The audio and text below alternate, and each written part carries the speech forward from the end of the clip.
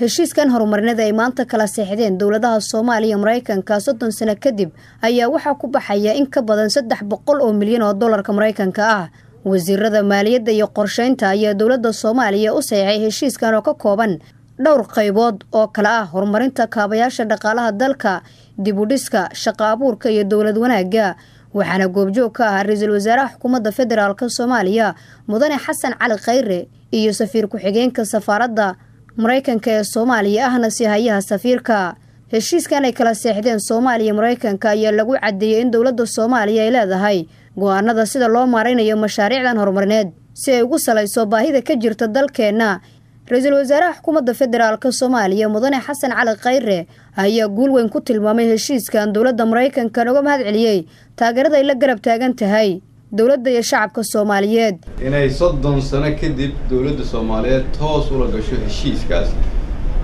waxa ay sheegaysaa sida ay noo garab taagan yihiin waan u mahadcelinaynaa. laba waxay sheegaysaa sida dowladda Soomaaliyeed loogu kalsoon yahay iyo meesha dowladda Soomaaliyeed ay soo gaarsiisay shaqada ay dalkan ka hayso. wasiirada halkan fadhiya oo halkan fadhiyo ka soo shaqeeyay gaar ahaan wasaaradda qorsheynta iyo maaliyadda waxaan u soo jeedinayaa mahad ballaaran dadka Soomaaliyeedna waxaan u sheegayaa haddii aad soo gaarteen in wadano 300 milyan idin la seexdo wadano 200 milyan wadamada kalena ay soo socdaan sidaan habeen dhaweed markaan shacabka Soomaaliyeed la hadlaayay idin sheegay dowladnimada Soomaaliyeed indhihiina ayaa qabta hadda ma aha hadal waxaanay waa dib u dhiskii ummadda Soomaaliyeed dowladda dunida ugu weyneed ugu muhiimsaneed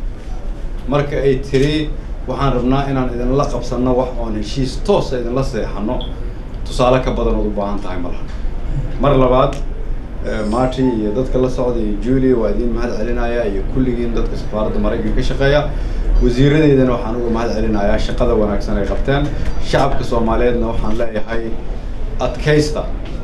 kuna fara adeeg dowladdiina yaan la idinka farabaroojinin waa mahadsantiin. heshiiskan ay maanta kala seexdeen dowladaha Mareykanka iyo Soomaaliya ee ay ku baxayso in ka badan 300 milyan oo dollarka Mareykanka ayaa ku soo aadaysa xilli dhawaan dowladda Qatar iyo Soomaaliya kala seexdeen heshiis ku aadan mashaariic horumarineed oo ay ku baxayso 200 milyan oo dollarka Mareykanka. waxayna guulahaasi ku yimaadeen alla ka sokow